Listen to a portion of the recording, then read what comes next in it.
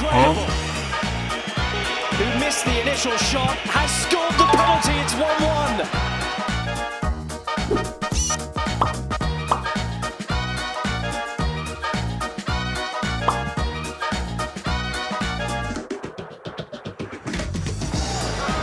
Bernardo Silva looks for his target and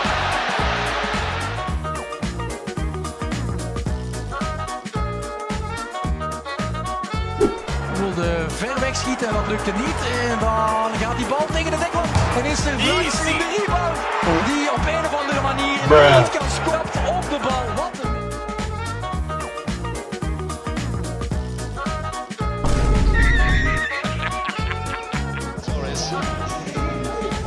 And it's Olmo with the corner. Towards Ramos, appealing for a handball, the ref's given it.